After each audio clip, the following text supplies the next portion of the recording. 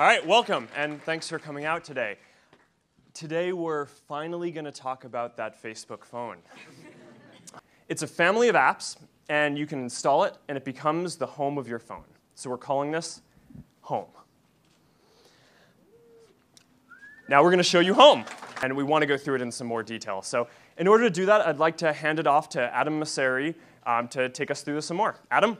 Hi, I'm Adam, and I get the pleasure of walking you through a live demo of what we've actually built today. Live demos are a little risky, so if there are any hiccups, I'd appreciate you guys being patient. And so, as soon as you turn on your phone, this is what you see. Actually, that's you guys right now.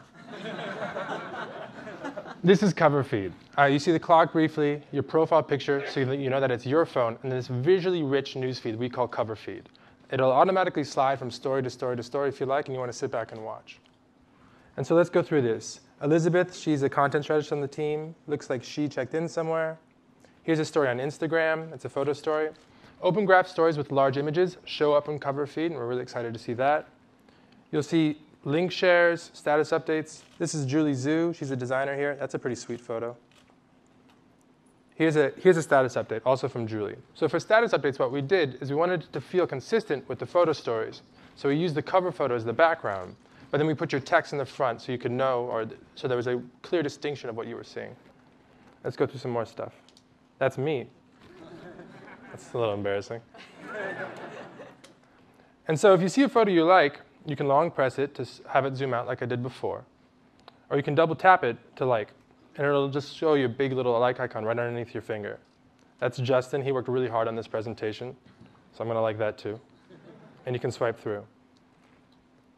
If you see something you want to comment on, well, let's find something that already has comments. No comments, no comments, no comments. Oh, we'll just make a new comment. You just tap the comment icon on the bottom right. Ooh, I missed it. And it'll open up the comments in line. Oh, someone did comment. So I can say hi, because that's short, and I'm doing a demo. And when I'm done, I can just swipe it away. And so what we've tried to do is really design a delightful, simple experience, and we've relied pretty heavily on very basic gestures, swiping, tapping, pressing, to make it so that there's nothing between you and your content. You can directly just reach out and touch it. You realize there's no Chrome here, there's no logo, there's no nav. It's the content first. So that's Cover Feed, and that's really the foundation of what we've built. But as Mark talked about briefly, we also have notifications. So if I tap once to get back, you can see I've got a bunch of notifications. So Cover Feed aims to always show you the most important thing. Notifications aim to make sure you don't miss the critical things. So messages, SMSs, and a subset of Facebook messages, only the most important ones. And they just appear on top. And so here I have a bunch. So Lindsey Graham commented on a photo. If I want to check that out, I can just tap on it. That'll take me to the Facebook app and show me that photo. If I press home, I go back, and that notification is now gone. Let's say Francis and a couple of people posted in my timeline, and I'm not really willing to risk seeing what they said. I can just swipe it away.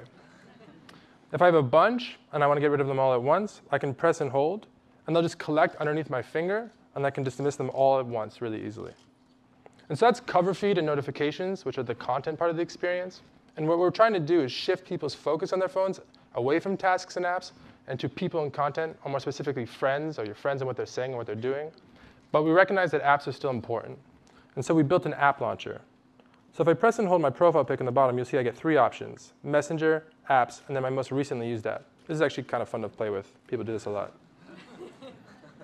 We have your most recently used app there in the event that you need to quickly get back to where you were. So imagine you were listening to the new JT album on Audio or Spotify, and then like someone walked in the room and you're embarrassed.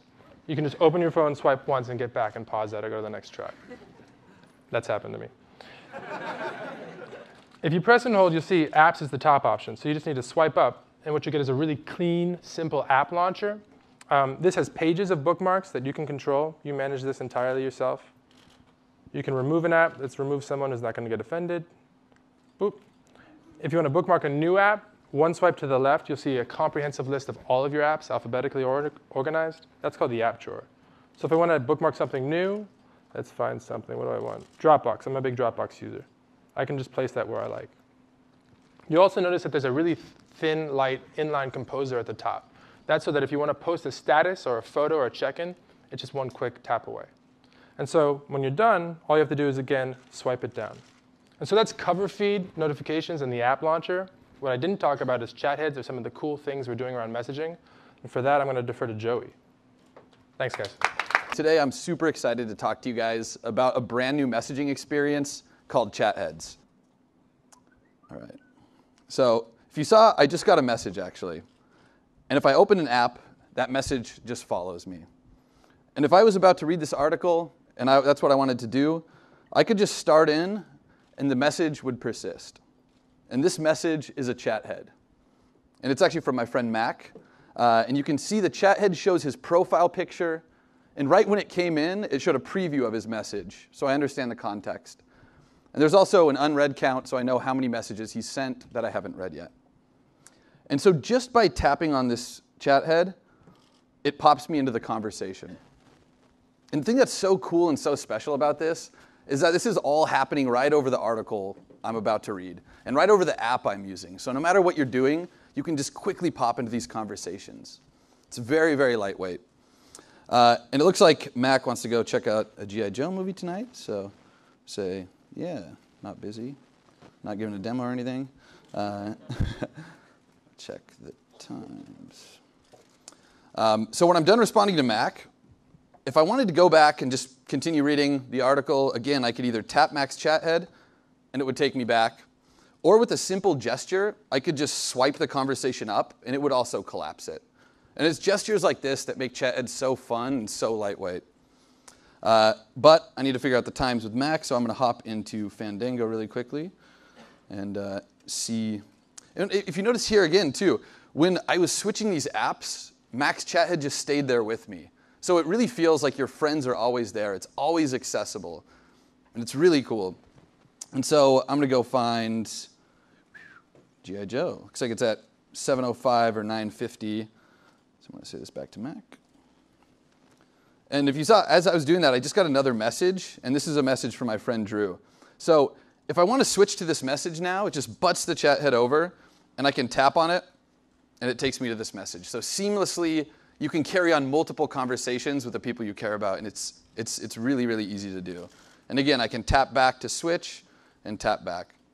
And the one thing you'll notice about this message is it's very subtle, but this is actually a text message. And you can tell because there's a green button and the green bubbles, but not much more than that.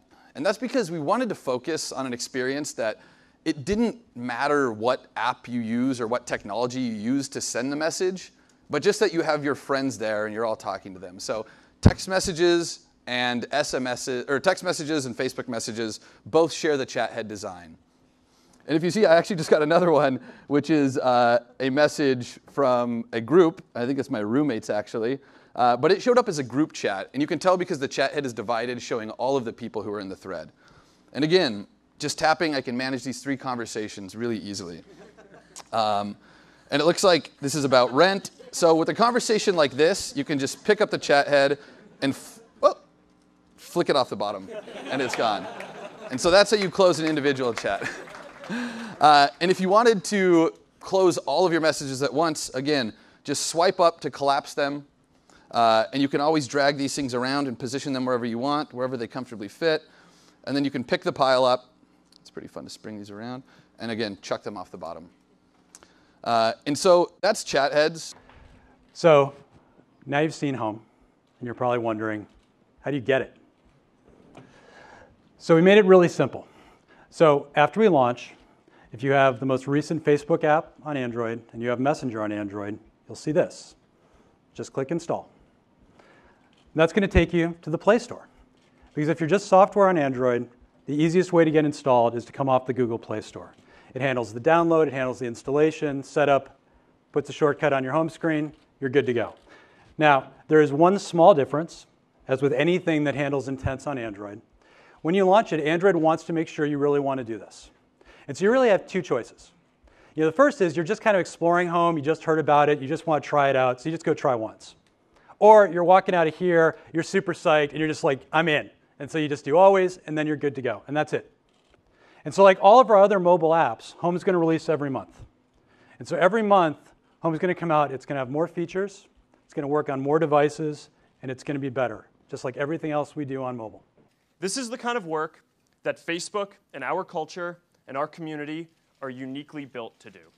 And we look forward to continuing to do it and to sharing what we come up with all of you. Thank you.